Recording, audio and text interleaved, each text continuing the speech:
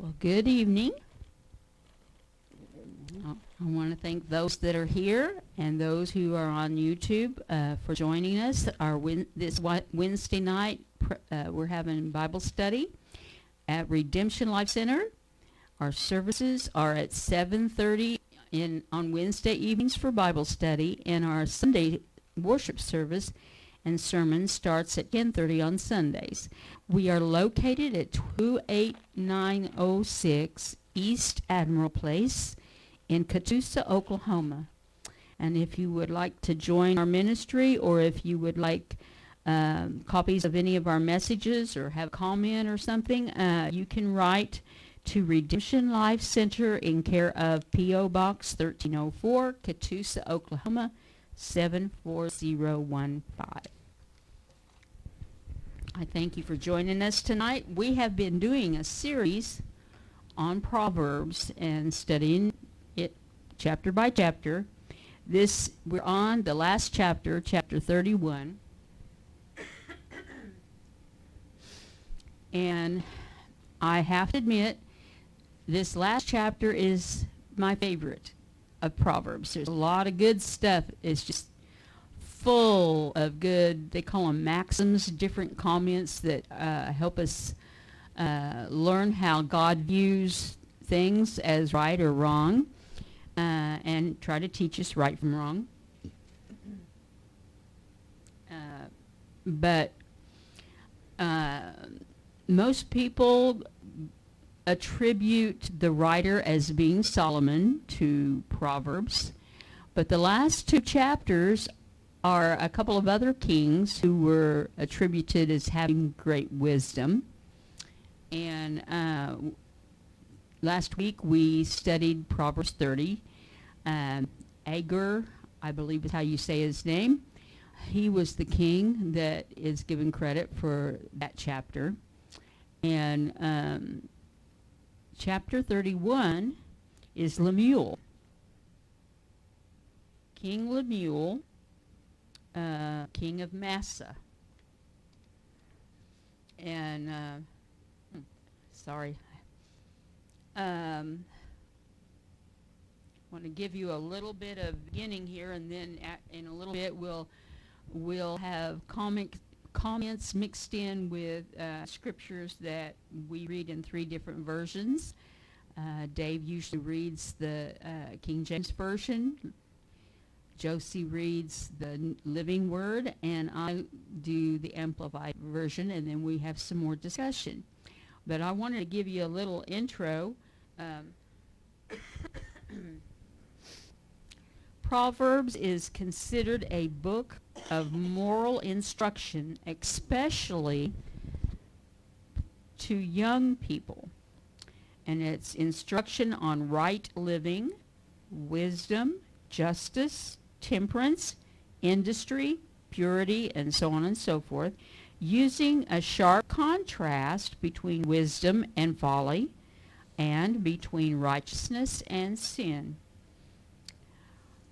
Now, the first 9 verses of Proverbs chapter 31 is Lemuel sharing, the whole chapter is Lemuel sharing what his mother taught him. And the first 9 verses explain about his mother a little bit.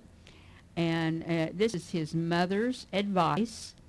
And then verses 10 through 31 is his mother's description of the ideal wife or woman.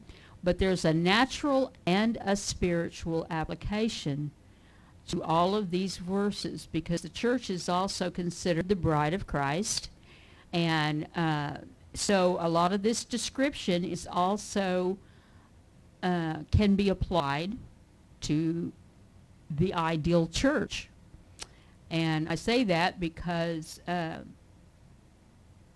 we have so many different, if all of the churches were the ideal church, we'd all be teaching and preaching the same thing, and we don't. So we've got some mixture going on of different ideas that came from different places, and we will find out the truth of the matter, because we all want to believe that we're the ones telling it like it is, when we meet our Savior face to face.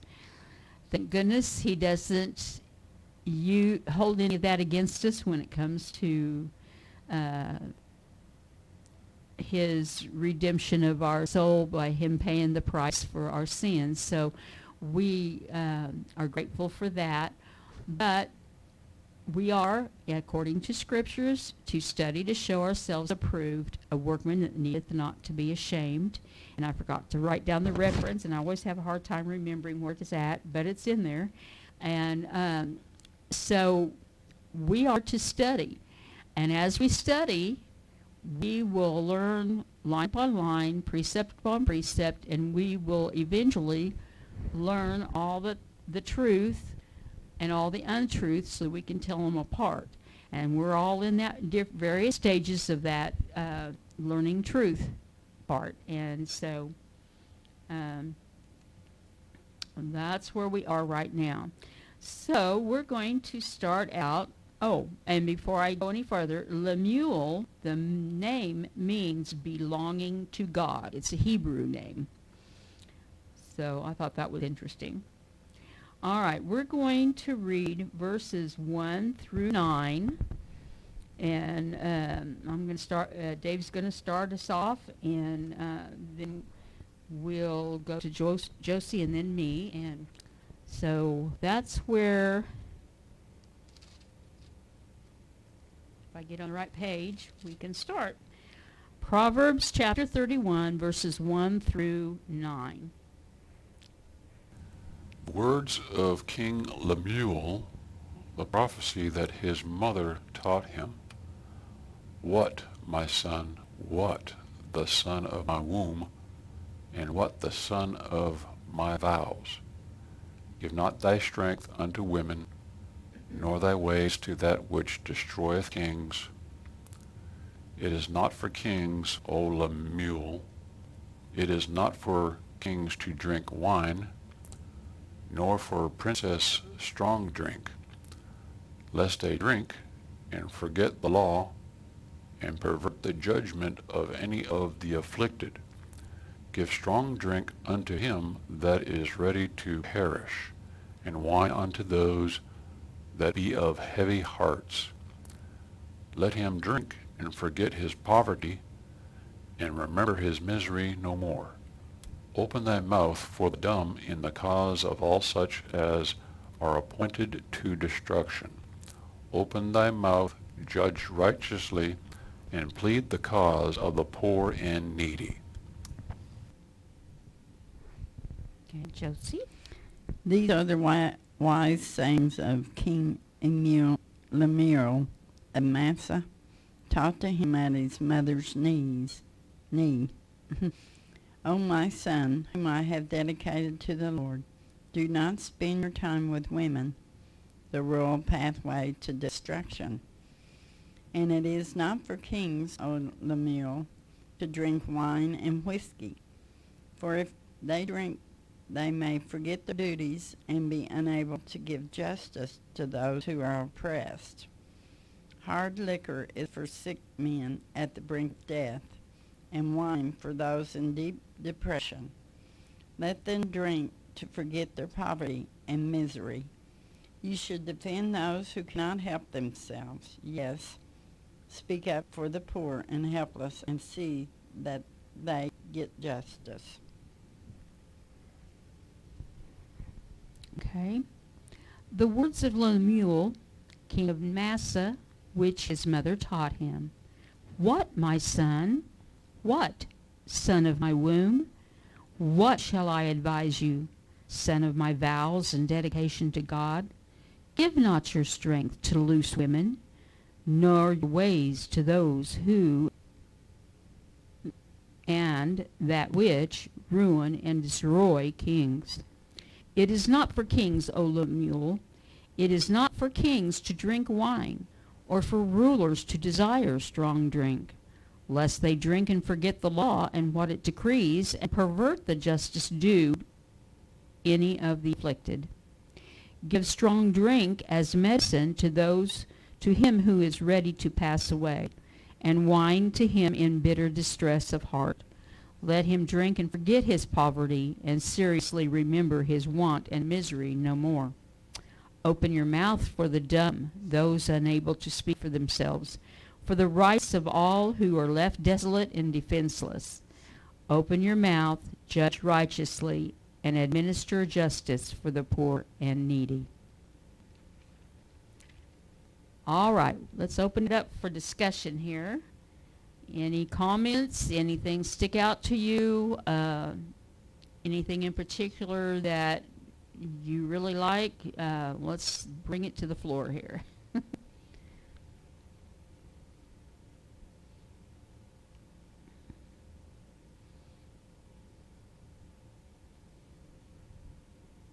Well, I'll go on ahead and start off by giving my comments, and maybe that'll give you some inspiration to come up with some too.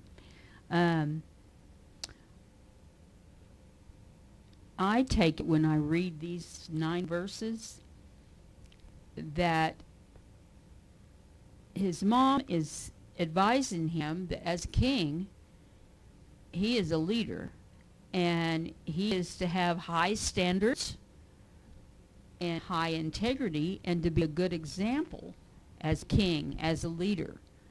And she's warning him against alcohol, because we all know when you partake in alcohol kind of does a number on your brain. It affects people different ways, but they find themselves thinking and acting different than how they normally would when they are not drinking alcoholic beverages. And she's saying it's not fitting for a king to be under that kind of influence, because it's expected that the king can give wisdom and proper direction to his people that he's king over. And he will not be able to think clearly enough to do that if he's under the influence of alcohol. And she also warns against the loose women who their influence tends to keep a king from doing kingly things. So, and she said it's up to the king to defend the defenseless, to defend the ones who are destitute, who are in great need and have no way to defend themselves, and have no money to defend themselves by paying some fancy attorney or whatever they had at those times, to defend those who can't speak for themselves. That includes infants. Infants can't defend themselves. And she encourages him to stand up for the rights of those who are destitute. They don't have the basic needs of life. They're suffering severe poverty. They're without possessions many times and resources many times, and sometimes they're orphans who are without mother or father or both. And they need assistance from somebody who is in a position to help them. And she encourages him as king to judge fairly and defend the rights of the poor and needy. And in these verses, I believe she is referring to having self-control over himself and not letting his emotions take over, so that he needs to be able to make good, wise decisions. And when our emotions get the best of us, we don't do that. And to do right in spite of how he feels. And I thought that was really good. Are there any other comments on those first 9 verses?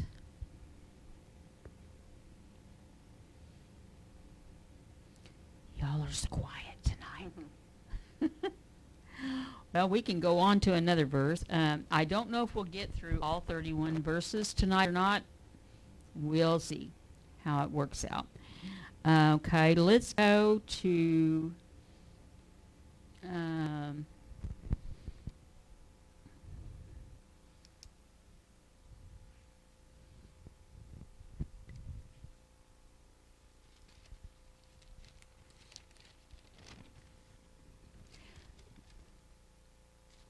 Well, let's just do one verse at a time for the moment, and there might be a couple times when I do 2 verses at a time. Let's go on ahead and do just verse 10 right now.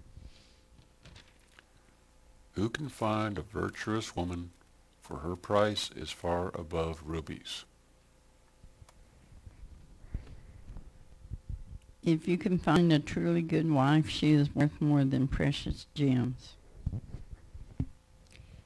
A capable, intelligent, and virtuous woman. Who is he who can find her? She is far more precious than jewels, and her value is far above rubies or pearls.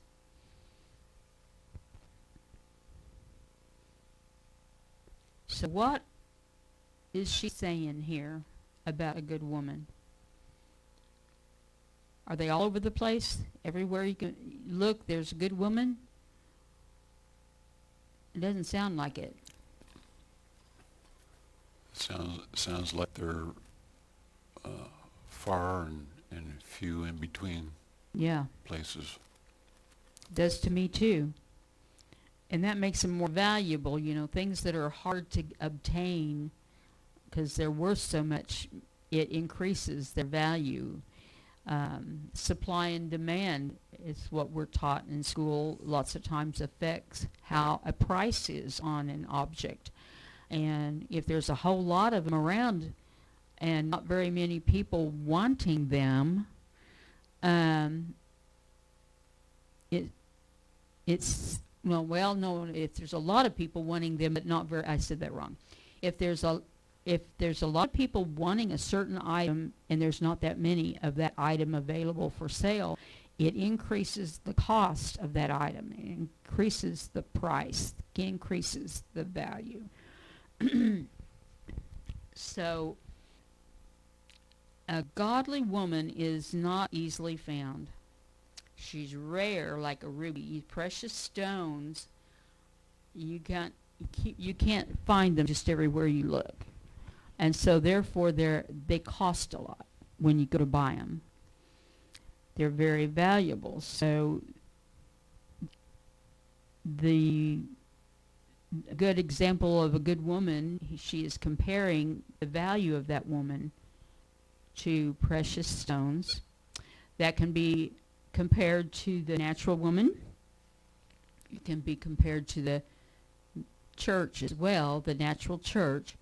But the church that is doing everything that pleases God is the one that is the rare gem that's of high value, the bride of Christ. And it's not necessarily people that all go to the same building.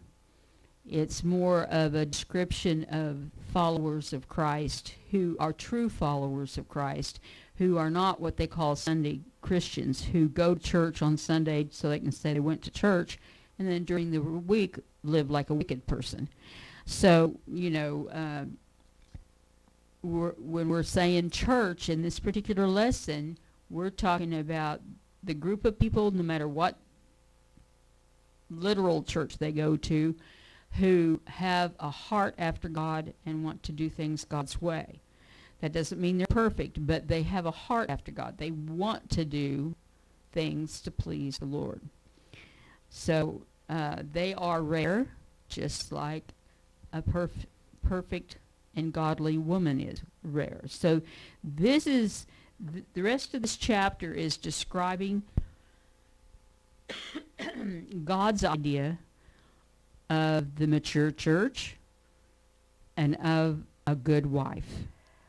And so lots of things in the Bible describe something in the natural that we can understand more clearly to help us understand the more spiritual. So I don't know if we'll get to everything brought out that needs to be brought out, because I don't know if I understand enough to bring it all out.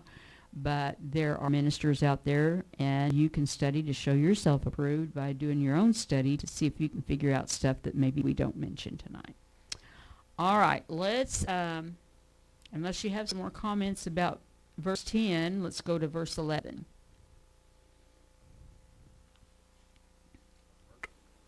The heart of her husband doth safely trust in her, so that he shall have no need of spoil. Okay, Josie? Her husband can trust her, and she will richly satisfy his needs. Okay. The heart of her husband trusts in her confidently and relies on and believes in her securely, so that he has no lack of honest gain or need of dishonest spoil. What are your comments in regards to that?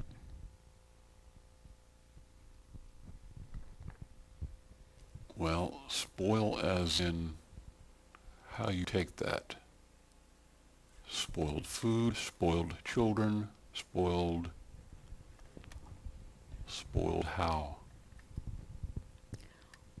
Well, and they also speak of spoil when, like, two armies battle one another, and the winning army gets whatever good they find from the losing army to use for their own. Well, if you were tricking somebody and you got that spoil, well, then that would be dishonest spoil because you didn't do it the right way. So there's lots of ways, angles to approach that spoil, isn't there? But needless to say, she's doing the right thing by her husband, so he's not tempted to do any of that, is the way I take it. Any other comments? Okay, well, let's go on to verse 12 then, please. She will do him good and not evil all the days of her life. She will not hinder him, but help him all of her life.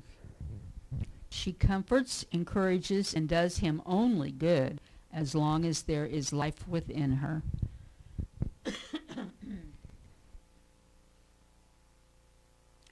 And in order to be bringing him only good, she would also have to have the attitude that this is the right thing to do and not complain about it. That's another thing I kind of feel impressed to bring out. She desires to do right by her husband and by her God. I just think that's awesome. And because he can trust her to do that, it makes his life a whole lot richer and fuller and better, and encourages him to do what's right as well. I think the verse 12, talking about she will do him good and not evil all the days of her life. So to me it's like there's not going to be any breaking up later on or getting a divorce later on when you talk like that. But today people are getting, it reminds me of this thing that people do. They're getting married, and just in case they sign something, and I can't remember what the word is for it though, but it keeps them from getting half of everything you have. Prenup? Is that what it's called, Josie? I think that sounds about right to me. I couldn't think of the term either. Yeah, sounds familiar. Yeah. When they get that, it's like, all right, they've already decided this isn't going to work. I've got a backup plan here. You know, when you don't have that, you need to make extra effort.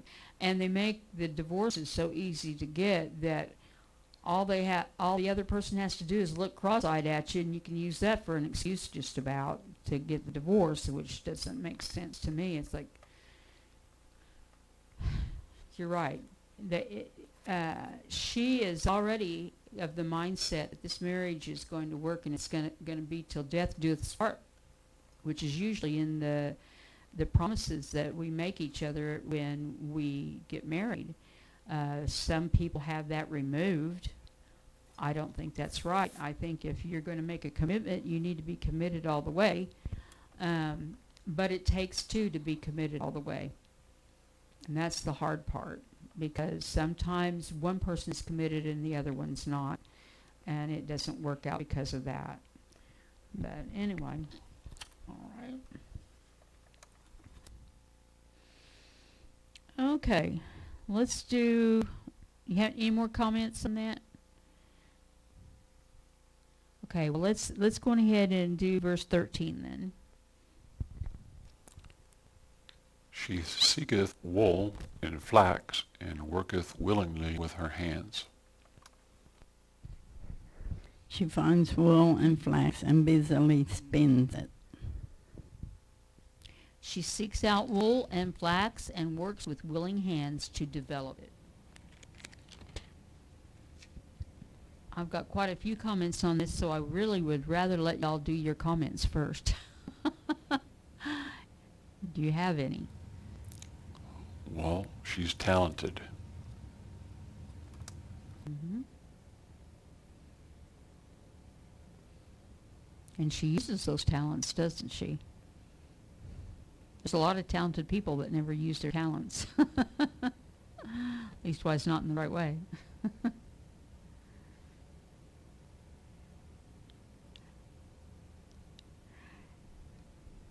If I'm understanding this, I mean, to me, it says with willing hands. That tells me she doesn't complain about what she does or has to do. She's enthusiastic about using her talents for this marriage to work. And what I find interesting are two words, wool and flax. Now, we don't hear much discussion nowadays about wool, although every once in a while we'll buy a garment or a blanket or something that's made out of wool. Most of us know that comes from sheep. But I looked up some stuff about it because I wanted to know a little bit more about wool. Back then, wool and flax were very important. Flax was used to make linen, which was significant. Like when they wore something made out of linen, it was supposed to be signifying purity.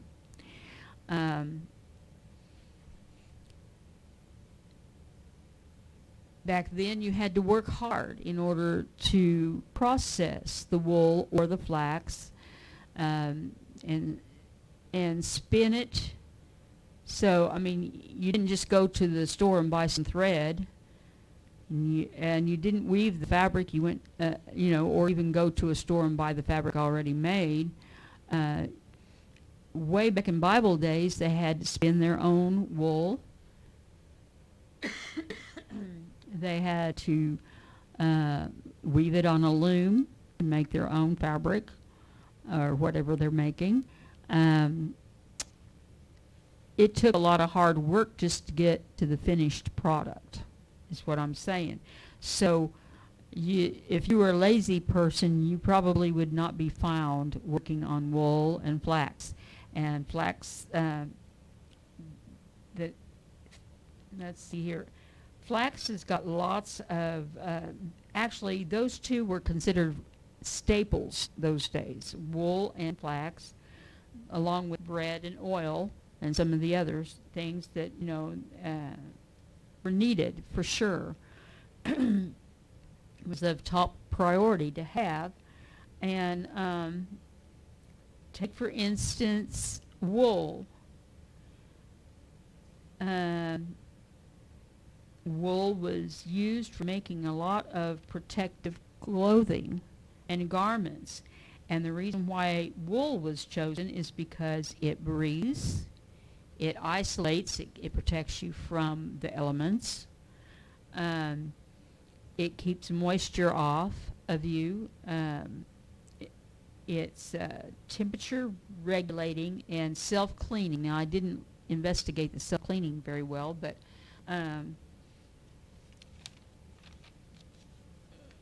anyway, like if you only had enough money for one garment, you'd be wise to get the one made out of wool. because it could protect you so much from the elements of the weather and so forth. So it helped keep you warm in the winter. And anyway, now the flax had lots of uses, and just a few of those uses was they would make wicks for their lamps. And back then they didn't have electricity, so it was important to have lamps or candles. And they're made out of flax. Also, there's flax seed, and flax seeds are very, very healthy. Nowadays, there's a lot of people that are into the health foods. They go get them flax seeds and they sprinkle them on their salads and sprinkle them in their cereal and sprinkle them on this, that, and the other, because they have a lot of healthy properties about them. Let's see, I wrote down some of them here. Flaxseed is associated with healing and protection. And studies have proven that flax seeds help to reduce the risk of heart disease, cancer, stroke, diabetes, bowel diseases, and much more. Linen made from flax was put into clothing. Here's an interesting fact you'll be interested in, Dave. Canada is the largest producer of flaxseed. They produce about 40% of the world's production of flax. And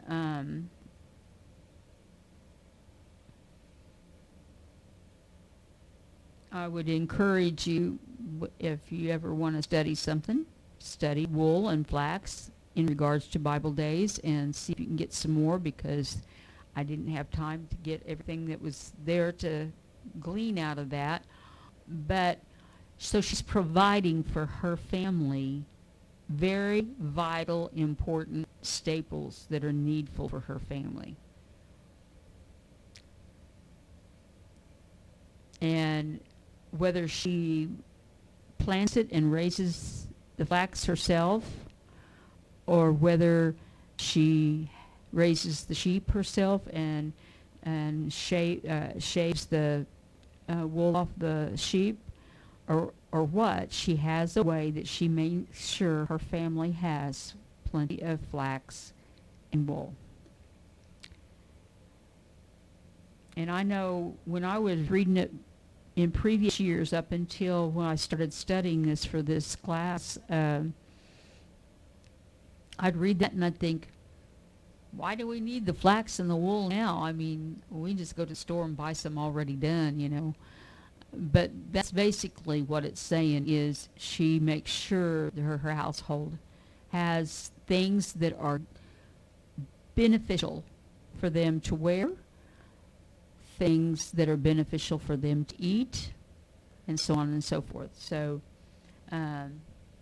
she is a wise, very wise woman. And when it says she works willingly, she has a good attitude. And because she is seeking it, we don't seek stuff that isn't valuable. She seeks, to get good quality stuff, good quality wool, good quality flax. And the workmanship, whether she does it or someone else does it, she seeks to have good quality.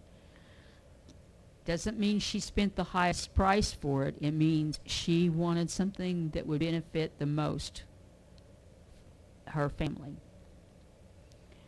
Okay. Let's read verse 14. She is like the merchant ships. She bringeth her food from afar. She buys imported foods brought by ship from distant ports. She is like the merchant ships loaded with foodstuffs. She brings her household's food from a far country. All right. all in all,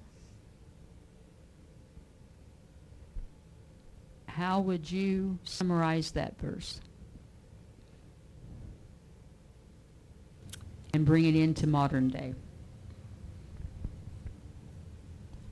You and I don't normally go to the ship and buy something off of it.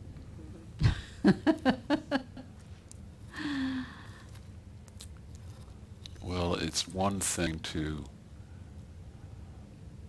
do all these things, whether it's then or now,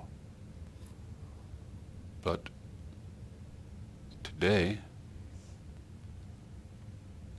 if you don't, if you're not able to do all those things, and you're relying on modern conveniences and electricity and transportation, and then all of a sudden there goes the power,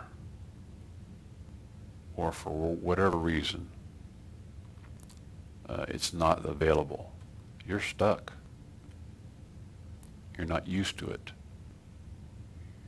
You know, you're not prepared. So this whole chapter is talking about people who are they're using all these talents, whether in the modern world or not.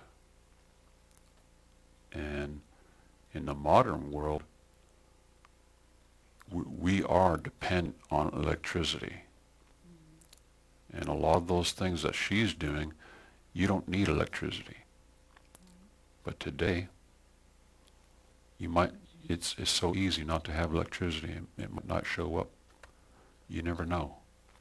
You might not have it next week or whatever. And a lot of these things you wouldn't be able to do today in the modern situation. So it might be wise or wisdom on our part to at least acquaint ourselves with how we can make some of these important things happen in our lives and for our families without some of the modern conveniences, so that if there's some time comes up that we don't have those modern conveniences, we can still provide for our families and still make it. That's kind of how I take that. What you just said, I think is correct, because, well, it's like when Chuck and I first bought our mobile home up on the hill in 2004, he was off trying to earn a paycheck, and I was left to deal with trying to get utilities on the land and so on and so forth, and get the house up there. And I spent a whole week in that house with no electricity and no running water. That was a taste. I got a taste of it. And I found myself almost complaining, because it was in August, so it was pretty hot. And it's a mobile home. And mobile homes are very hot. And, of course, I had all the windows open, and I didn't have any electricity to run a fan or anything. So I started asking myself questions. If I was out camping, how would I make this happen? If I was out needing water or needing whatever I needed, how could I, at this particular point in this particular situation, make it happen that I have what I need at the moment? And you know what? When you ask yourself those questions, what can I do, instead of saying, oh, I can't do anything, boo-hoo-hoo, poor me. And when you say, well, what can I do? God help me.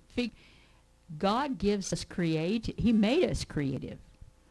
Even the one who thinks they aren't creative, he can put creative ideas in their head of things they can do in different situations that will help them to make it through. They just have to be in tune with God and be listening for those creative ideas. And anyway, I made it through that week. I'm here to tell the story. I didn't die because I didn't have water. I didn't die because I didn't have food. Didn't die because I didn't have plumbing or electricity or washer and a dryer and all that. I survived. Luckily, it was just for a week.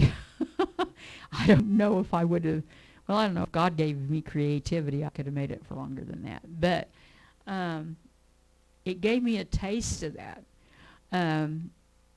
You know, for when I was a child, I was part of the Girl Scouts. The little ones were brownies. I was a brownie longer than I was a Girl Scout. But one of their slogans was "Be prepared," and it was to learn stuff. You need to be willing to learn how to do things so that you're not dependent on everybody in the world for the things you need. You know, you need to be prepared. And that still stuck with me today. There's a lot of things we did I don't remember, but I remember that. They said, be prepared. Be prepared for what? For anything. Be ready to come up with a solution on how to deal with whatever comes your way.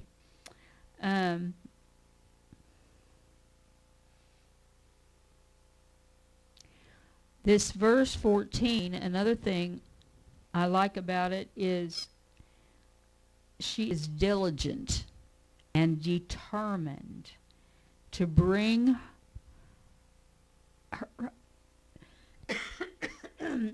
what her family and others that she knows of needs, to come up with whatever is needed, no matter how difficult it is to come up with it.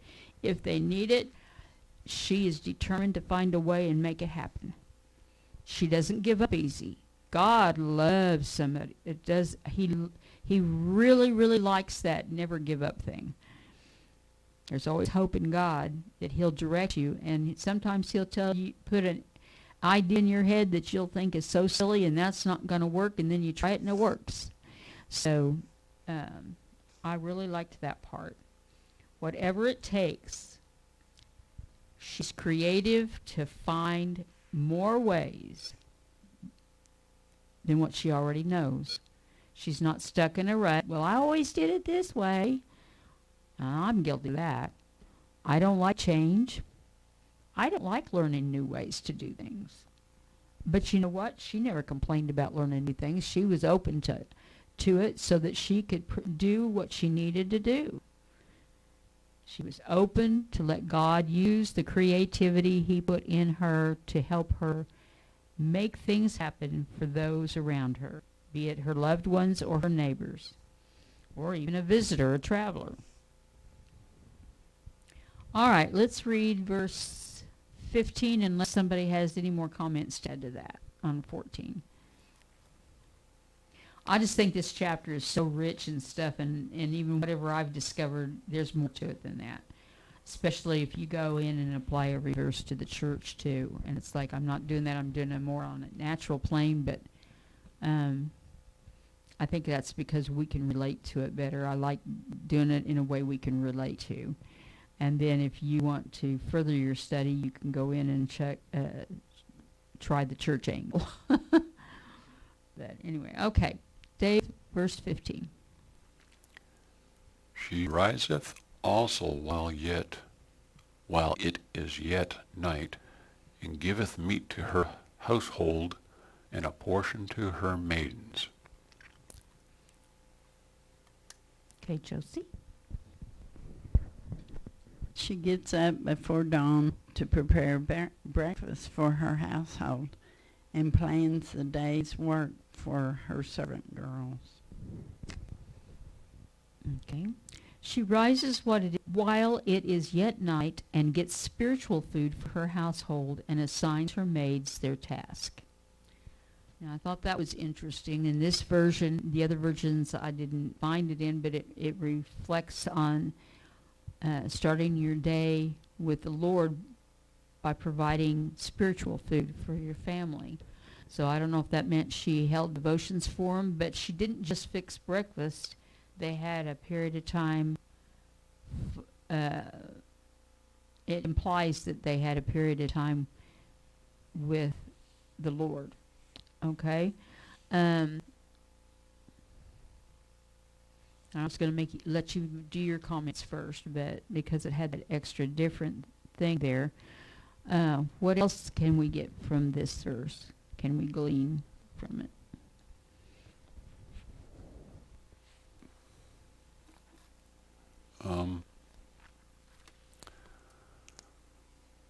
what kind of woman would rise early and do all that and not complain and, you know,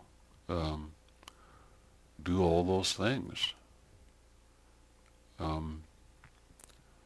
She must have a husband that loves her and treats her right for her to do that.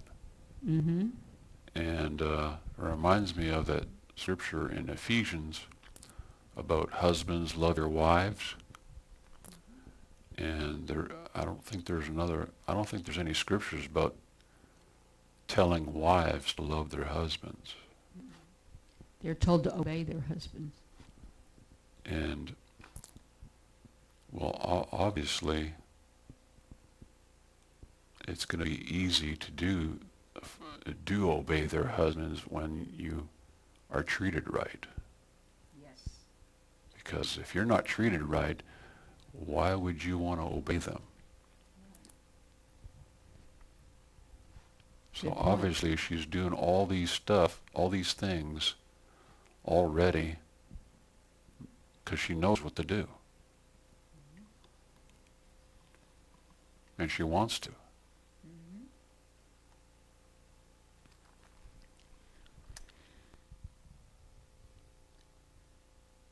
I am not sure I have a scripture for this, but I firmly believe that God made the female to be a responder and the male to be more of a leader. Now, females can lead, but their natural tendency, because God gave them more of an emotional personality and gave most men, more of a common sense personality. Now, keep that in mind. There's always exceptions, but and there's a lot of people out there that have the combination of the two. But as a rule, that's kind of how He created us. He created Adam and Eve as equals, but they were equal in different ways. They worked as a team together. And teams, you have this person that specializes in this and this person that specializes in that. The two together make a whole. And what one is good at, the other one might not be good at, but they need each other. That's why it's ridiculous. You marry somebody and then try to change them. They say opposites attract. That's because what one person has and is different from what they themselves, they need what the other person has to offer. They may not recognize it, but they need each other, and that's what makes them a team. And so, anyway, enough of that. I'm rambling.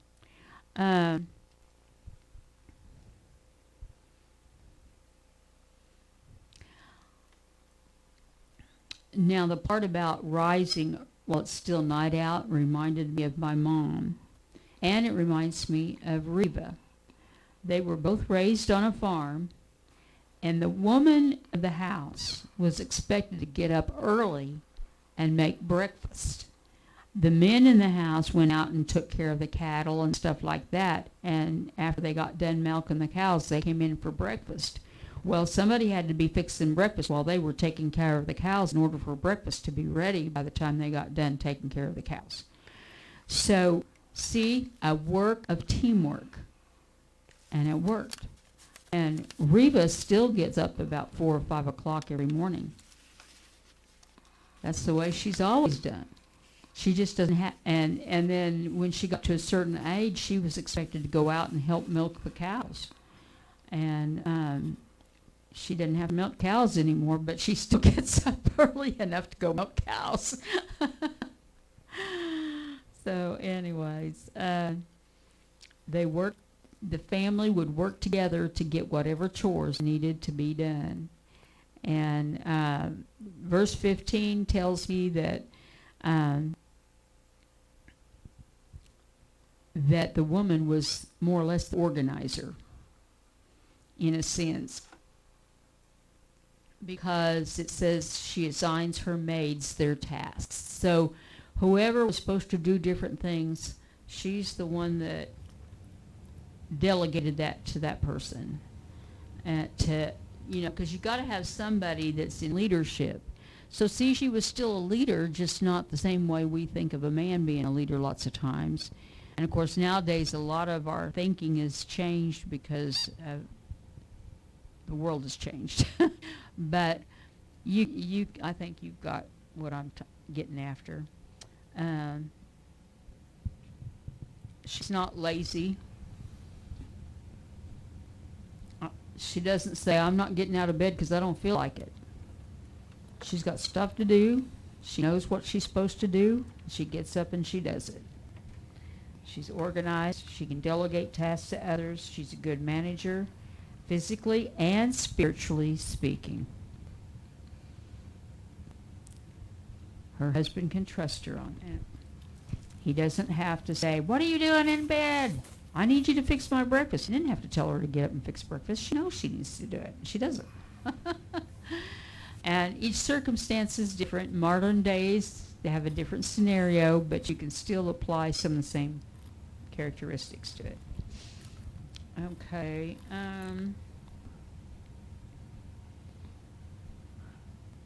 Do you want to wait till next time to do the rest of the scriptures? I think you're right. I think I do. So we'll stop at verse 15. We discussed it. And we'll start on 16 a week from today, Lord willing. And if things don't change somehow, we'll try to finish that chapter next week. But I usually think of this chapter as a Mother's Day lesson. And I decided through the inspiration of God that it's not just for Mother's Day. It's not just about women. It's not just about the church. I mean, there's things in here that it talks about the woman that are applicable to the man. God approves of anybody, male or female, who is diligent, determined, and does not give up, and has a desire to do that which is right in the sight of God. This was just an example to give us the ideas of how we can follow that. So I thank you all for your participation and your comments, and hopefully next week we will have some more comments and participation.